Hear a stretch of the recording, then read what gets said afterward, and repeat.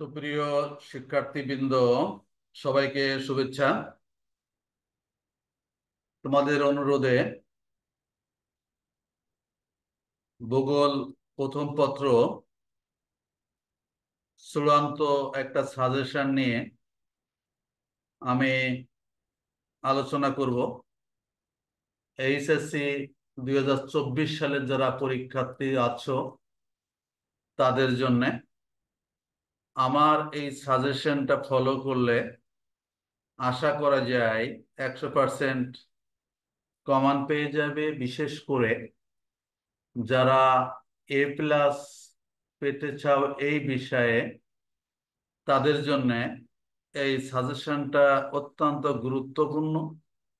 তাছাড়াও যারা পাস করতে চাও বা এমনি একটু নর্মাল স্টুডেন্ট, তাদের জন্য গুরুত্বপূর্ণ এবং কিছু গুরুত্বপূর্ণ বিষয় আমি এখানে আলোচনা করব, যেখানে তোমাদের পরীক্ষায় প্রশ্নগুলো কমন পেতে পারো। Presenter by MD Akbar Ali. আমার এই নামে একটা চ্যানেল আছে, এই চ্যানেলটা সাবস্ক্রাইব করার জন্য আহ্বান জানিয়ে ক্লাসটা শুরু করি। এইচএসসি সাজেশন 2024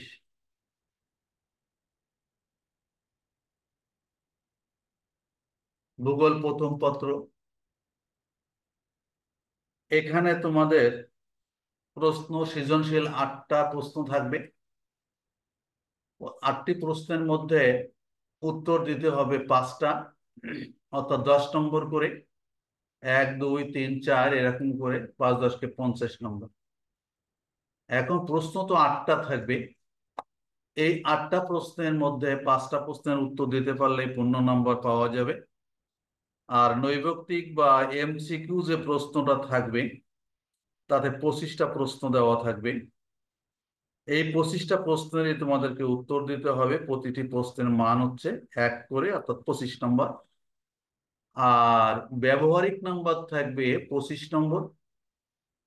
এইটা একটু গুরুত্বপূর্ণ দিয়ে, যে যে কলেজে পড়ো, যে স্যার পড়ান এটা, তার সঙ্গে সম্পর্ক রেখে খাতা করবে এবং পরীক্ষায় অংশগ্রহণ করলে অধিকাংশ ক্ষেত্রেই দেখা যায় এই নাম্বারটা পাওয়া যায়। মোট হচ্ছে 100 নম্বর। কাজেই যদি A+ পেতে হয় তাহলে সৃজনশীল 5টা প্রশ্নের উত্তর অবশ্যই করতে হবে, আর নৈর্ব্যক্তিক হয়ে তেমন উত্তর করতে হবে। অন্যান্য বিষয়ের চেয়ে এই বিষয়ে A+ পাওয়াটা খুব সহজ, কারণ লিখে বা সৃজনশীল প্রশ্নের উত্তর দিয়ে, অবজেক্টিভ উত্তর দিয়ে যে নাম্বার পাওয়া সম্ভব, তাতে ব্যবহারিক পরীক্ষায় নাম্বারটা বেশি পাওয়া যায়। এই 3টা যোগ করে আসলে 80 নম্বর বানানো খুব কঠিন বিষয় নয়।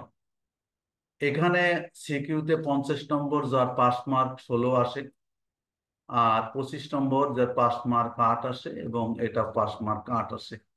তা যাই হোক, এই নিয়মেই পরীক্ষাটা হবে, প্রশ্নটা এইভাবেই হবে। এবং এখানে যা বললাম এইভাবে পড়লে তোমরা পেতে পারো A+।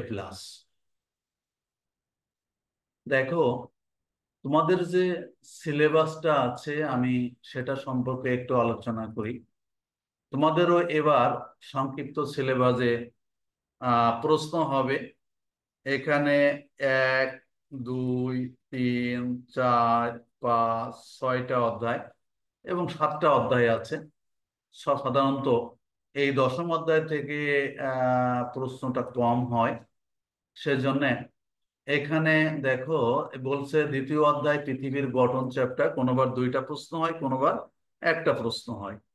এবং এখানকার বিষয়গুলো খুব কম। ভূমির পরিবর্তনে একটা ব্যাপক চ্যাপ্টার, সেখানে 2টা প্রশ্ন হয়। বায়ুমণ্ডল, বায়ু দূষণ, এখানে একটা প্রশ্ন হয়। জলবায়ুর উপাদান ও নিয়ামক, এখান থেকে একটা বা 2টা প্রশ্ন হতে পারে। জলবায়ু অঞ্চল মাস্ট একটা প্রশ্ন এখান থেকে হয়। সমুদ্র স্রোত জলবায়ু অবশ্যই একটা প্রশ্ন হয়। এবং ব্যবহারিক মানচিত্র স্কেল, এখান থেকে কোনোবার প্রশ্ন হয়, কোনোবার প্রশ্ন হয় না। যদি এটা পৃথিবীর গঠন দ্বিতীয় অধ্যায়ের প্রশ্ন আসে, তাহলে এখান থেকে প্রশ্ন না আসার সম্ভাবনা বেশি। এইভাবে একটু ধারণা করে নিতে হবে। প্রথমে আমরা আসি পৃথিবীর গঠন চ্যাপ্টার। পৃথিবীর গঠনে হচ্ছে পৃথিবীর গঠন, একটা বা দুইটা প্রশ্ন আসবে, সেটা বলেছি আগেই। সাধারণত এখানে পৃথিবীর আভ্যন্তরীণ যে গঠনটা আছে, পৃথিবীর আভ্যন্তরীণ গঠন, এখান থেকে পৃথিবীর অশ্বমণ্ডল, গুরুমণ্ডল এবং কেন্দ্রমণ্ডল বৈশিষ্ট্য তুলনামূলক বিশ্লেষণ, এখান থেকে যদি তোমরা আহ অশ্বমণ্ডল, কেন্দ্রমণ্ডল এবং গুরুমণ্ডলের যে বৈশিষ্ট্যগুলো আছে এবং একটার সঙ্গে একটা তুলনা করো, তাহলে এখান থেকে একটা প্রশ্ন তোমরা পেয়ে যাবে আশা করা যায়। পৃথিবীর ভূমিরূপ, অবস্থান, গঠন কাঠামো, এখানে এই পর্বতটা খুবই গুরুত্বপূর্ণ। বিশেষ করে প্রকারভেদ, বৈশিষ্ট্য এবং তুলনা, এটা যদি পড়ো তাহলে এটা, যেমন স্তূপ পর্বত আছে, তারপরে ভঙ্গিল পর্বত আছে, এই পর্বতগুলো একটু পড়লে, এটা তো আসলে খুব সহজ একটা বিষয় এগুলা। তারপরে আসো বাংলাদেশের ভূপ্রাকৃতিক বৈশিষ্ট্য, এটা বিস্তারিত পড়তে হবে। এটা বলা যায় এবার এবার এখান থেকে একটা প্রশ্ন হতে পারে। সেখানে যদি আসলে 99% এটা আসলে নিশ্চয়তা দেওয়া যায় যে এখান থেকে এই বাংলাদেশের ভূপ্রাকৃতিক বৈশিষ্ট্য, যেমন টারশিয়ারি যুগের পাহাড়, প্লাস্টোসিন যুগের সোপান এবং সাম্প্রতিককালের যে প্লাবন সমভূমি সমূহ আছে, এ সম্পর্কে তোমরা একটু পড়লে, একটু বিস্তারিত পড়লে, আশা করা যায় এমন কোনো শিক্ষার্থী নেই যে এই বিষয়টা তারা পড়েনি, না পড়ে পরীক্ষা হলেই না যাওয়া উচিত। কাজেই আমি বলবো যে বাংলাদেশের ভূপ্রাকৃতিক বৈশিষ্ট্য সম্পর্কে মানে পড়ার চেষ্টা করবে এবং এখান থেকে একটা প্রশ্ন পেয়ে যাবে। আসলে প্রশ্ন তো আমাকে লিখতে হবে, কয়টা তোমাকে প্রশ্ন লিখতে হবে? 5টা। তাহলে আমরা যদি এখানে 3টা প্রশ্ন পড়ি, এখান যদি 3টা প্রশ্ন, 3টা বিষয়ে একটু ভালো আলোচনা করি, পড়তে পারি, তাহলে তো এখান তো একটা প্রশ্ন প্রমাণ হয়ে গেল। একটা প্রশ্ন আসলে টার্গেট নিতে হবে, আমি এই চ্যাপ্টারে এই প্রশ্নগুলো পড়লে আমি লিখতে পারবো, একটা প্রশ্নের উত্তর অবশ্যই দিব। আর এগুলো পড়লে সৃজনশীল এবং অবজেক্টিভ প্রশ্নগুলো অবশ্যই উত্তর হয়ে যাবে এই বিষয়গুলো পড়লে। তাহলে আমরা দ্বিতীয় অধ্যায়ে কি বুঝলাম? এখানে আমরা ভূ অভ্যন্তরে গঠনমালী, যেমন খণ্ডমণ্ডল, গুরুমণ্ডল, অশ্বমণ্ডলের বৈশিষ্ট্য তুলনামূলক বিশ্লেষণ করব, বা এখানে পর্বতটা ভালো করে পড়ব এবং বাংলাদেশের ভূপ্রাকৃতিক বৈশিষ্ট্যটা ভালো করে পড়ব। এবার আসো তৃতীয় অধ্যায় যেটা আছে, তৃতীয় অধ্যায়তে যদি আমরা আসি, সেখানে কি দেখব? সেখানে দেখছি যে বিশেষ করে এখানে পাত সঞ্চালন, পৃথিবীর আকস্মিক পরিবর্তন, এখানে আছে। এখানে পাত সঞ্চালন তো অনেকেই পড়তে পারে না, তবে এখানে ভূমিকম্প, ভূআলোড়ন, ভূমিকম্প, আকস্মিক যে পরিবর্তন আছে, এখানে একটা কথা বলবো, এখানে কিন্তু 2টা প্রশ্ন আসার সম্ভাবনা আছে এই অধ্যায় থেকে। এখানে এবার ভূমিকম্প এবং আগ্নেয়গিরির অগ্ন্যুৎপাত, ভূমিকম্প, আবারও বলি, ভূমিকম্প, আগ্নেয়গিরির অগ্ন্যুৎপাত, সুনামি, এখানে এই যে 3টা বিষয় আছে, এখান থেকে একটা প্রশ্ন হতে পারে। এই 3টা বিষয় নিয়ে একটা প্রশ্ন হতে পারে। সেজন্য তোমরা ভূমিকম্প কারণ, ফলাফল, বৈশিষ্ট্য ইত্যাদি পড়বে, আগ্নেয়গিরির অগ্ন্যুৎপাতের কারণ পড়বে, সুনামি কিভাবে সৃষ্টি হয় এগুলোও পড়বে। এরপরে দেখো বিচ্ছুরণী ভবন এবং নগ্নী ভবন আছে। এখানে তো খ নম্বরে প্রশ্ন আসে, বিচ্ছুরণী ভবন কাকে বলে, বিচ্ছুরণী ভবন নগ্নী ভবনের মধ্যে পার্থক্যটা কি, এগুলো প্রশ্ন আসে। তা বাদেও এখানে বিচ্ছুরণী ভবনের যে যে শ্রেণী বিভাগগুলো আছে, সেই শ্রেণী বিভাগটাও এখানে দেখবে। এবার একটু সম্ভাবনা কিন্তু এখান থেকে বেশি। জীব জগতের ধীর আকস্মিক পরিবর্তন সময়ের যে প্রভাব, অর্থাৎ এই যে আগ্নেয়গিরির অগ্ন্যুৎপাত, ভূমিকম্প, সুনামি, এর যে ফলাফল, এগুলো একটু পড়ে দেখবে। বাংলাদেশের ভূমিক্ষয়, ভূমিধস, এটাও পড়ার চেষ্টা করবে। নদীর পর্যায়, এখানে কিন্তু নদীর পর্যায়গুলিতে সঞ্চয় কাজ এবং ক্ষয়জাত ভূমিরূপগুলো বেশি পড়ার চেষ্টা করবে। বাংলাদেশ নদী ভাঙনের প্রক্রিয়া একটু পড়বে। এখানে কিন্তু আমি 3টা জিনিসকে নোটেট করেছি, 3টা জিনিসকে স্টার দিয়েছি, এবং এখানে মনে হয় এগুলো পড়লে ভালো ফলাফল আসতে পারে। এখানে বিশেষ করে আগ্নেয়গিরি, সুনামি, বিচ্ছুরণী ভবন, এগুলো, ভূমিকম্প, এগুলো এর কারণ, ফলাফল, শ্রেণীবিভাগ এবং নদীর পর্যায়, সঞ্চয় এবং ক্ষয়জাত ভূমিরূপ পড়লে প্রশ্ন আসতে পারে। এবার আসো বায়ুমণ্ডল ও বায়ু দূষণ। এখান থেকে বলবো যে এখান থেকে একটা প্রশ্ন লেখার চেষ্টা করবে। এখান কিন্তু খুব সহজ।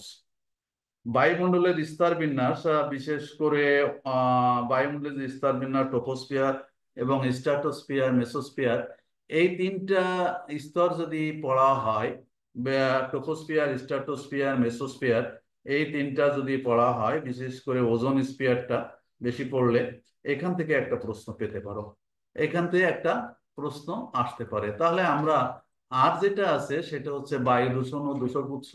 এখানে যে এখানে যে জিনিসটা আছে সেটা হচ্ছে বায়ু দূষণ বলতে কি বুঝো, বায়ু দূষণের সংজ্ঞাটা পড়বে, বায়ু দূষক কি, তারপরে এখানে বায়ু দূষণের যে কারণগুলো আছে, বায়ু দূষণের যে মানবতাদের উপরে, প্রকৃতির উপরে যে প্রভাবটা আছে, ফলাফলটা আছে, এবং এই ফলাফল, এই প্রভাবটার ফলে এবং এটা কিভাবে প্রতিরোধ করা যায়, এটা যদি তোমরা পড়তে পারো তাহলে এখানে মূলত দুইটা বিষয় যদি তোমরা একটু ভালো করে পড়ো তাহলে একটা প্রশ্ন কিন্তু তোমরা পেয়ে যাবে। তাহলে দেখো, আমরা কিন্তু এইভাবে যদি একটু অধ্যায় সিলেকশন করতে দিতে পারি, তাহলে দ্বিতীয় অধ্যায়ে যদি দুইটা তিনটা বিষয় পড়ো তাহলে সেখানে একটা প্রশ্ন মাস্ট পাবে। এবং এই বায়ুমণ্ডল বায়ু দূষণ বিষয়ে যদি দুইটা বিষয় পড়ো তাহলে এখান থেকে মাস্ট একটা প্রশ্ন অবশ্যই পেয়ে যাবে। এবং এরপরে আসি জলবায়ুর উপাদান এবং নিয়ামক। জলবায়ুর উপাদান ও নিয়ামক, এখানে কিন্তু আসলে ব্যাপারটা হচ্ছে যে এখানে যে প্রশ্নগুলো আছে এখানে একটু বিষয়টা ব্যাপক।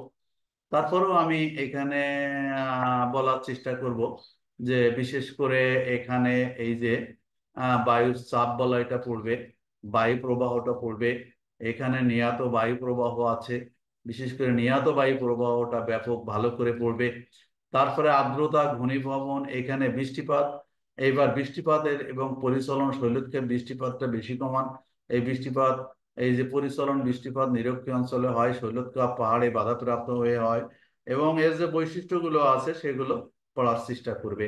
তারপরে জীবজগতে জলবায়ুর যে ভিন্নতার প্রভাব আছে সেই প্রভাবটা দেখে যাবে। বায়ুমণ্ডলীয় গোলযোগের ক্ষেত্রে যে ঘূর্ণিঝড়, টর্নেডো আছে, এগুলো একটু দেখে যাবে। এখান থেকে ভাগ্য ভালো থাকলে এখানে একটা প্রশ্ন সাধারণত হয়, মাঝে মাঝে দুইটা প্রশ্ন হতে পারে। এবার আসো ষষ্ঠ অধ্যায়। ষষ্ঠ অধ্যায় হচ্ছে যেটা আছে জলবায়ু অঞ্চল এবং জলবায়ুর যে শ্রেণী বিভাগ আছে সেগুলো, জলবায়ুর যে পরিবর্তন আছে সেগুলো, এই চ্যাপ্টারে যেটা আছে। এখানে আমি বলি জলবায়ু শ্রেণী বিভাগ থেকে, এখান থেকে কিন্তু সাধারণত অবজেক্টিভ প্রশ্ন হতে পারে, এমসিকিউ প্রশ্ন হতে পারে।